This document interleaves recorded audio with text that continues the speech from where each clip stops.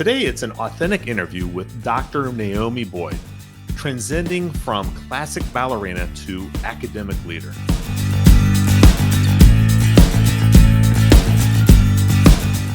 Do you have a new manager who is realizing that managing their team is different from what they thought that it would be? Going from manager to leader is simple, but it's not easy. The Authentic Leader Show is the podcast for leaders of managers as they transform their new managers into authentic leaders of teams. If you work with new managers, or perhaps you are a new manager yourself, my passion is in helping new managers in their transformation to authentic leaders of high-performing teams. Once a quarter, I offer the New Leader Lab for Managers workshop. It's a 2-day workshop specifically designed for new managers. The workshop provides the tools, systems, and frameworks new managers need to transform to leading high-performing teams. Check out newleaderlab.com and learn about the note-taking workbook that's included, the personalized 90-day leadership plan, the small group experience. Check out newleaderlab.com today. Welcome to today's episode. I'm excited to bring you a conversation with Dr. Naomi Boyd, a remarkable leader who has journeyed from being a classically trained ballerina to a distinguished academic leader. Dr. Boyd brings a unique perspective to the table as a former dean of the Virginia Commonwealth University's School of Business and currently serves as professor of finance at VCU's School of Business. Her experience and insights offer a wealth of knowledge for leaders at all levels. This interview was recorded in front of a live audience at my once per quarter authentic interview event. Dr. Boyd shares her personal journey of transitioning from the world of classical ballet to becoming a prominent academic leader. As a newcomer to her role as dean, Dr. Boyd encountered challenges, including perceptions that intimidated some. Dr. Boyd discusses the importance of providing radical candor in leadership and communication. Unapologetically, Dr. Boyd also describes what she believes are the long-term effects of the pandemic on students and our education system. This podcast episode captures just a glimpse of the engaging conversation I had with Dr. Boyd. For the full experience, head over to my YouTube channel and you can watch the interview with all the visuals. Of course, we talk about a lot of other things, so let's get right to this interview right now.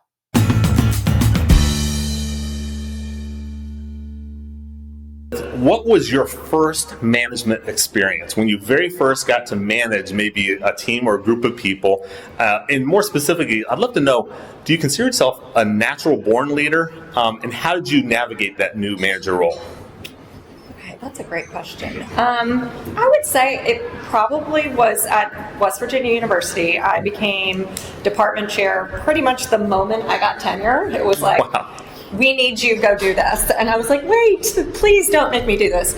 And so there was fear and trepidation to a certain extent. But I think I was willing to do it because there was a need. I really do consider myself to be a servant leader. And I had such a, and it was hard, right? I'm a woman. I'm in a department with a lot of old men who were very set in their ways, and they were like, who are you? Sorry, Bob. You all are not set in your ways. Yeah, that's right. But academics can be pretty. We're getting rowdy in here. Come on, let's get control. See, I said before, I foretold, I was like, I'm going to get heckled. That's okay. But I think it was really an interesting challenge, right? Because you have this sort of bimodal distribution of academics who have been around for a really long time and are used to a certain way of doing things, and then you had this like new young group, and they kind of didn't know how to interact, and so it was an incredible opportunity in a lot of ways, challenging. Yeah. There were days when I went into my office and closed the door and maybe silent screamed a few times. But it was when you start to see, like, make small incremental changes and you start to see people's lives improve and just small things like figuring out when my, faculty who had young children, what time school started for them and what time school got out, and making sure that we scheduled meetings in between those times. I mean, it's very small things, and if you just care about people, I think it makes a big difference. So that would probably be like, I was sort of thrown into it. It wasn't something that I necessarily raised my hand to do, but I do like to get things done, so I guess they were like, okay, you're here, you're doing it. So. I find a lot of managers many times feel like they're just thrown into it without really quite being ready, or they think they're ready, and they get thrown into it and realize I wasn't as ready as maybe I thought I was, right? Because I often say that management is very different on the other side of management than before you get into it. Mm-hmm. Looks really simple, right? And I would say actually leadership is simple, but it's not easy, right? So there's a lot to put into that. And I love what you say about the small incremental changes. I mean, as long as you're making the small incremental changes, those are the things that really end up making the difference, right? That's great. Before we get too deep into this, I've got to get to, as a former professional ballerina, what about the ballet world has transcended your career? I think there's, I get this question a lot. And Do you? I actually got it earlier today with a group of students. I thought my question was unique. Because I'm kind of an oddball, right? You don't find many people who are professional ballerinas that then go on to lead business schools. But I think that really at the heart of it, it's passion, it's hard work, it's tenacity, it's the ability to work long hours and roll up your sleeves and really get what's done. But I think the other side of it is really that notion of creativity and innovation, and always pushing for the next level in terms of your organization or your life or your career. And so it's something I refer to as continuous improvement, right? Continuous improvement of myself, continuous improvement of the organizations I work for. And I think it's really, when you're a classically trained ballerina, that's what you go in and do every single day. It's, how do I incrementally get better every single day? And so it's really, I think, set a framework for how I live my life and how I approach things. So we're starting on a theme here about just incrementally better. That's all, right? It's just making forward progress. Well, through your varied roles, what has been a key career transformation that has really shaped what you would consider your unique leadership style? You have your own style. What has it shaped your version of leadership?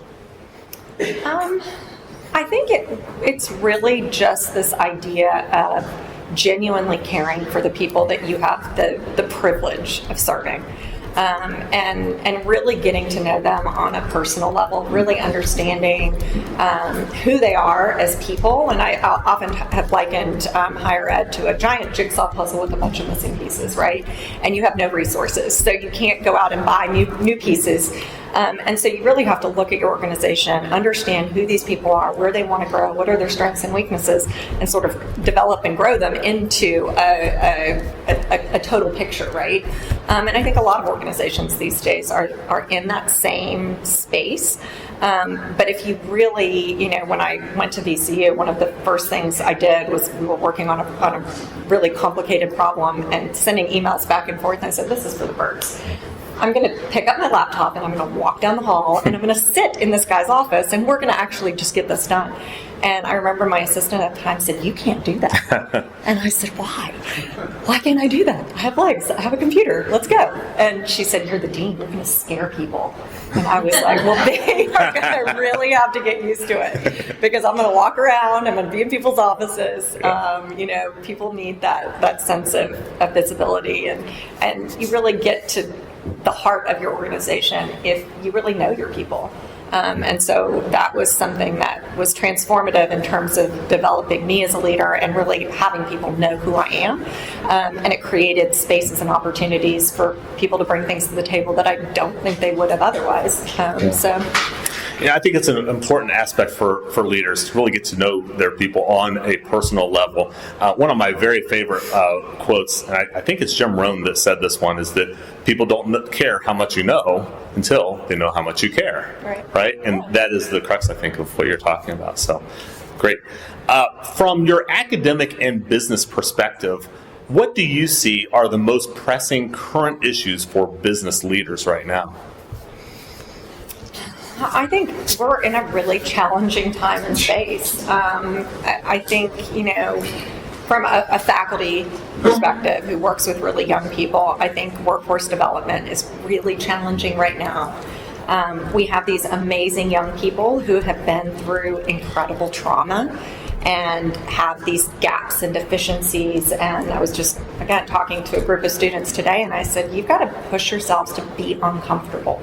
You have to realize that resiliency and grit and just the ability to come to something like this and talk to people is what's really critical and really needed. And you guys can learn how to code in an afternoon, but that's not what's going to get you to where you need to be. So I think, working hand in hand with higher ed and sort of that workforce cultivation piece is really, really critical right now. But I also think, on the flip side, just this whole notion of entitlement and remote work and, people are not showing up anymore. You had what was it called? The quiet resignation or quiet quitting, where people would just disappear. Like, can't imagine, right?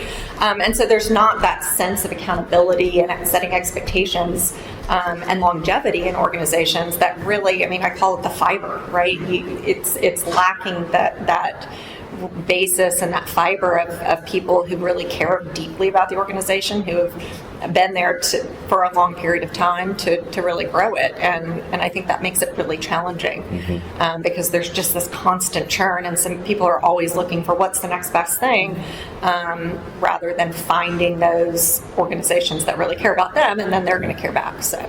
Yeah, I was at a dinner party actually this past weekend, and I was talking with a guy who works for a delivery service. That's all. I won't give you more details about that.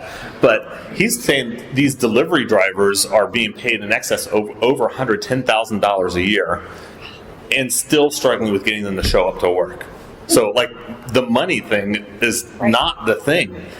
Do you have any thoughts or ideas about, how do you create that work ethic and maybe removing this thought of entitlement for the work and jobs they're doing, just easily moving from one thing to another? Any thoughts about that? I have a lot of thoughts about that. So currently I'm facilitating a conversation with a group of middle market HR directors here in Richmond, and it has been really, really eye-opening and really meaningful to me. And I think some of that is really at the forefront of what we've been talking through. I'm a big believer in radical candor. And I think more organizations need to lean into this notion of radical candor. I did an incredible when I showed up at VCU. It was, frankly, the culture was abysmal. And it was an organization in decline, and it was really challenging. People were really approaching things with a fear mentality, and we're post-COVID. It's all the things people are burnt out.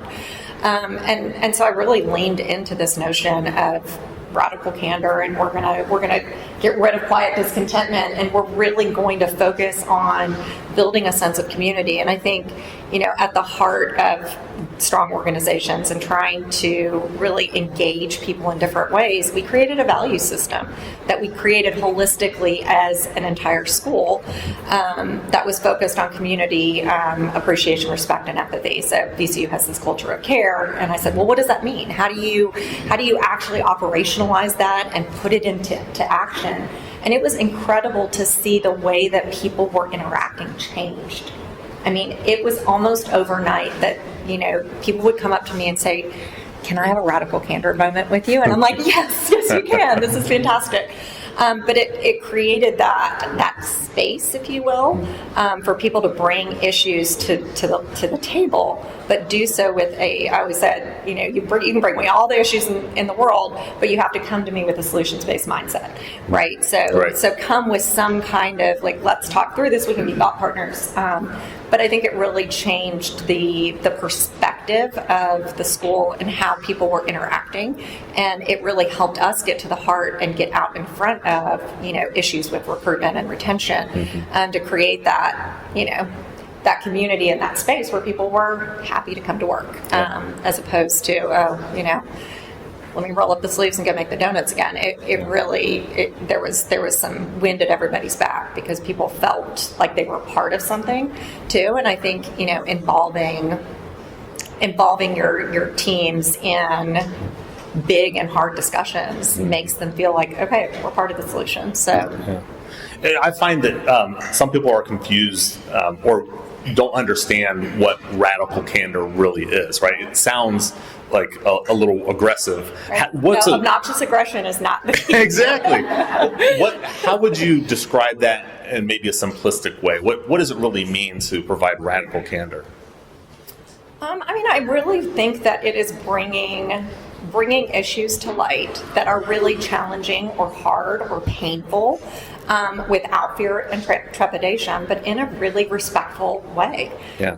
And you have to have that safety, right? And I think safety is key to innovation and disruption too. I mean, the whole basis for our strategic plan at BCU was really focused on disruption because we have so many disruptive agents coming at us all the time. How are we going to innovate and how are we going to accelerate and lead in new ways if we don't feel a sense of safety and security? So I think that is at the heart of it. You have to, it goes back to that solutions-based mindset.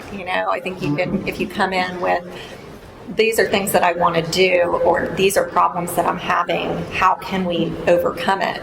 I don't think that radical candor works in organizations that don't know what their North Star is. If you know what your North Star is, if you know where you want to go and you can work backward from it, then radical candor is actually building progress as opposed to deteriorating people's ethos, if you will. Yeah, I've heard people say that feedback is a gift, but they kind of stop right there. It's a little more than that. I think you're right. You have to create that trusting environment, and I think it's up to the leader or whoever it is who is in charge that is responsible for creating that trusting environment, right? And when you can create that, then people can, number one, receive the feedback, but then actually be able to take action on it. And if you can't receive it and you can't take action, maybe you don't need to give that feedback, right? You have to have that in place, so that's great. So International Women's Day was just a few weeks ago on March 8th. March is also recognized as Women's History Month. As a woman, help us men a little bit here. What are maybe some of the unseen obstacles that women face in leadership? So many. I thought it was just one. No, I didn't say that. It goes back to my assistant kind of telling me I'm going to scare people, right? Yeah. I think that there is, I was up at the School of Business today and they haven't seen me in a long time, and I just went around and gave people hugs, but am I scary? Yeah, I guess I am. I don't mean to be, but, I think that it's really challenging for women in leadership roles to, one, have that balance, because I do think that women make great leaders, because I do think that there is a sense of warmth about women, and not that there's not that sense with men, but it is different. And there are times when I'm the queen of hard conversations too, but I'm going to do it in a caring, compassionate way, and I think that is a challenge. I think it's also hard. My predecessor was a man. I was the first female dean at the School of Business. And I think it was really challenging for, people to trust me, which was interesting, and to believe that, what I was saying had some meat to it, because I was also very open to change, and I was very open to allowing people to try different and hard things, because I'm a big believer, and that's what you have to do. You got to throw a lot of stuff at the wall and see what sticks, and know that I would be there to catch them if it started to unravel, right? I'm not going to let you fall. I'm not going to let us fail, but I really want you to try something new and get out of your comfort zone. Yeah. And so I think, as a woman, I do think that there are unique challenges that I didn't even foresee before I became dean, that were really interesting and, really challenging, really and truly. Both personally and professionally. Some days I would go home and feel like, wow, I've made such an impact today. And some days I would go home and I would be like, what is wrong with everything? But I think everybody has, everyone has those days. But yeah, there's a lot of challenging of roles and challenging of decisions, or, like, I can only ask for people's opinion so much before I actually have to make a call and we're going to move forward from this. Right. And I think women in leadership roles, they get questioned more than the men. I mean, there were many times at BCU where I thought, if I were Ed Grady, you would not be asking me this, Yeah.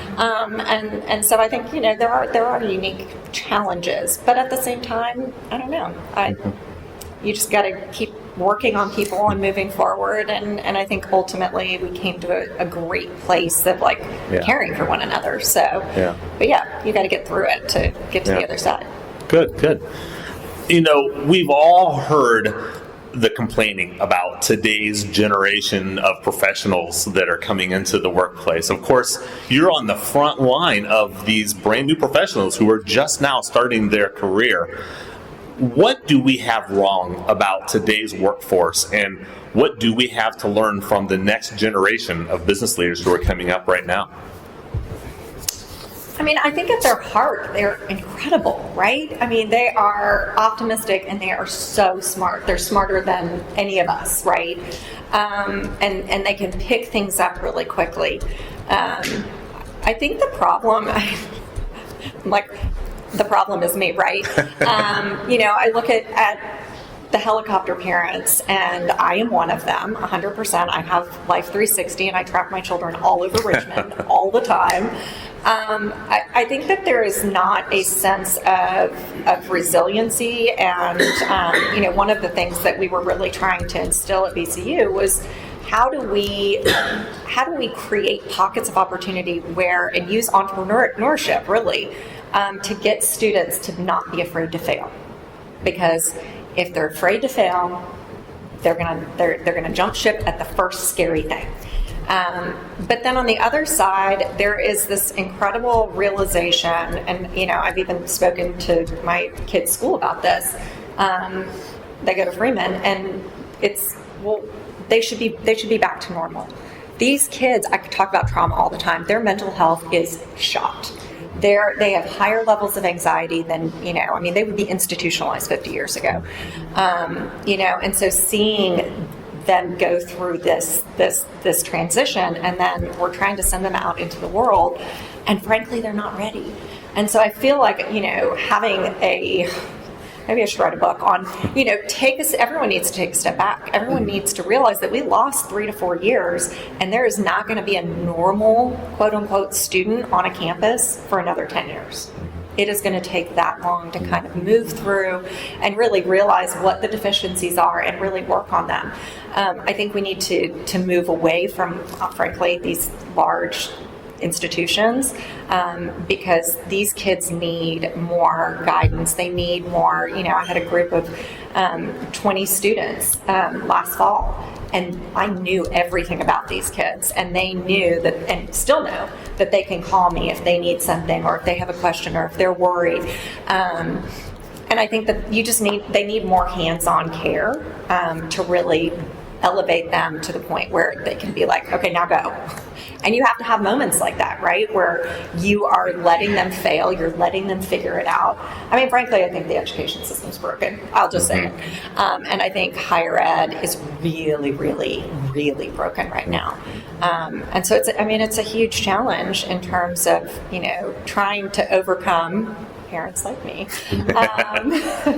and allowing them to kind of, get out there in the world and figure it out a little bit more. And maybe the response really should come from industry and saying, we're gonna change even the leadership development programs for people coming into our organization, and really take a step back and realize that a college degree today is not a college degree of yesterday, but I do think that there are more elements to the development of these young people than we're really paying attention to, and I think mental health should be at the forefront of really what we're talking about, and getting them to realize that they can do more. But then on the other hand, you do have this sense that, and I see it all the time, that I'm 22 and I should be a CEO.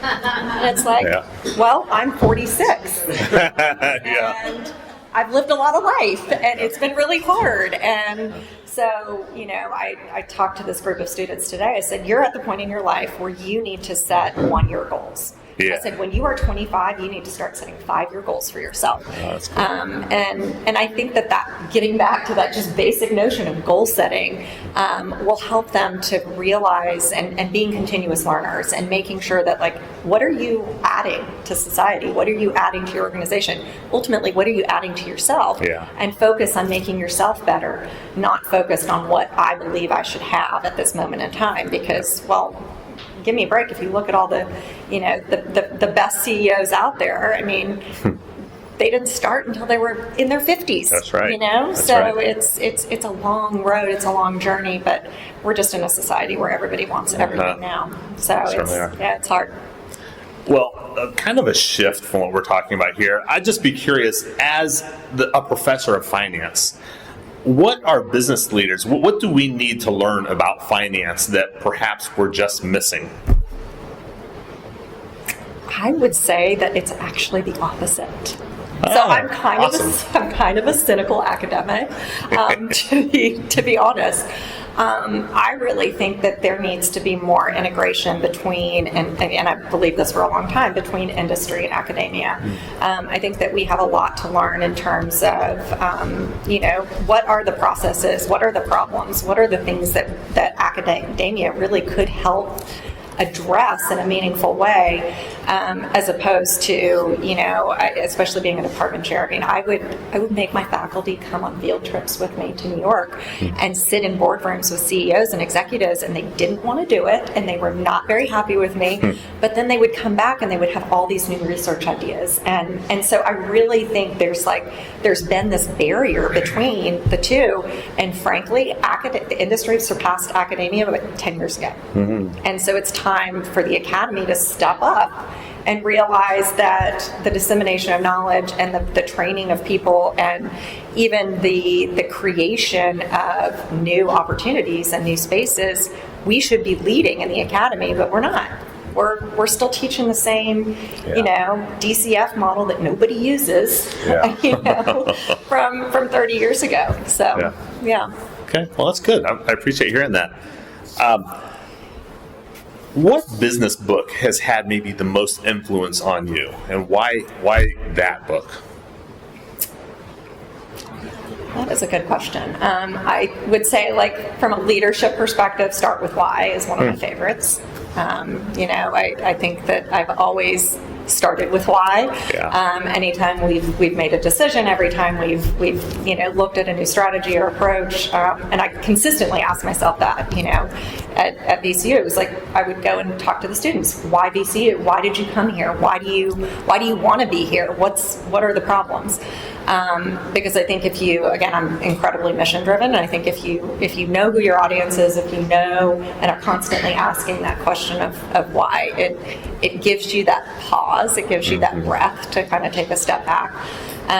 Right now I'm reading Everyone Matters by Bob Chapman. I think that's a great one too. Bob is the CEO of Barry Whitmiller, and he is a dear friend, and became even more so when we were at VCU.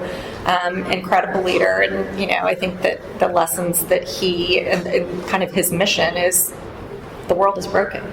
The world is broken. Business is broken.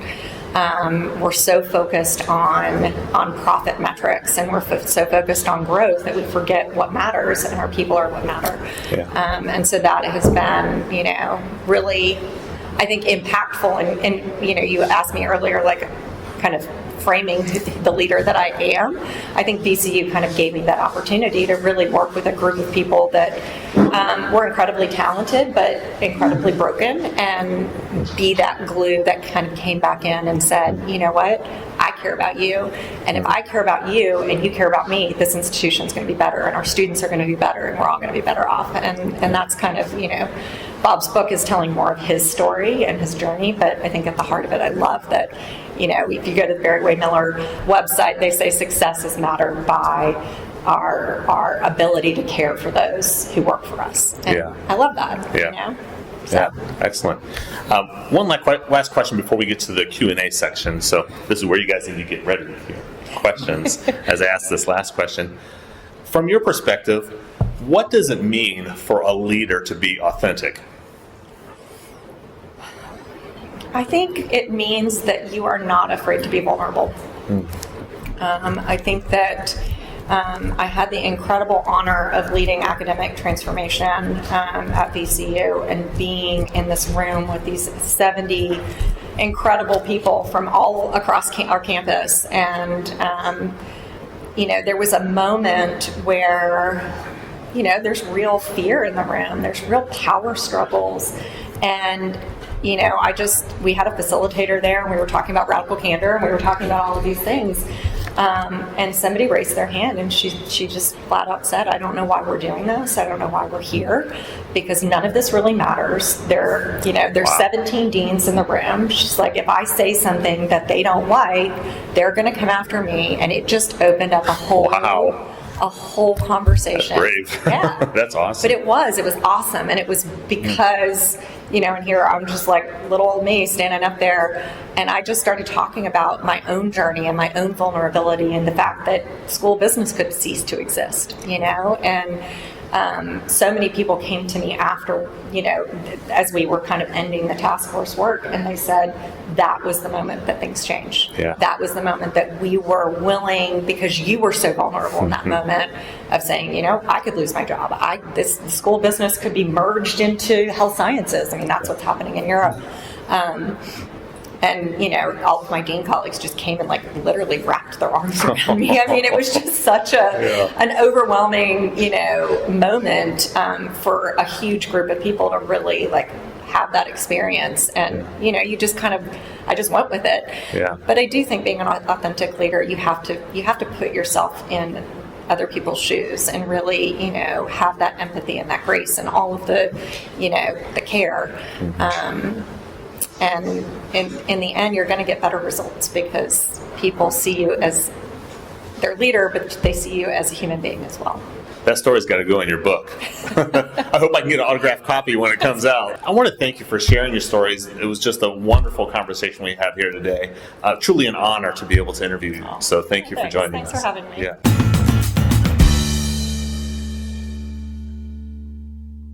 What did you think of that conversation? Hey, leadership is simple, but it's not easy. Acquiring and developing these skills begins the transition from manager to leader of high-performing teams. Leaders of management teams, they hire me to work with their new managers to develop their skills and to help them to transform into authentic leaders of high-performing teams. If you would like to help your new manager prioritize where to focus their development first, go to ChristopherRJones.com, where you can access the leadership diagnostic tool for new managers. It's a simple tool that takes just a moment to complete and will help you to identify where to start helping your new manager to succeed. If you work with new managers, or perhaps you are a new manager yourself, my passion is in helping new managers in their transition to authentic leaders of high-performing teams. Each quarter, I host the New Leader Lab for Managers workshop. It's a 2-day workshop specifically designed for new managers.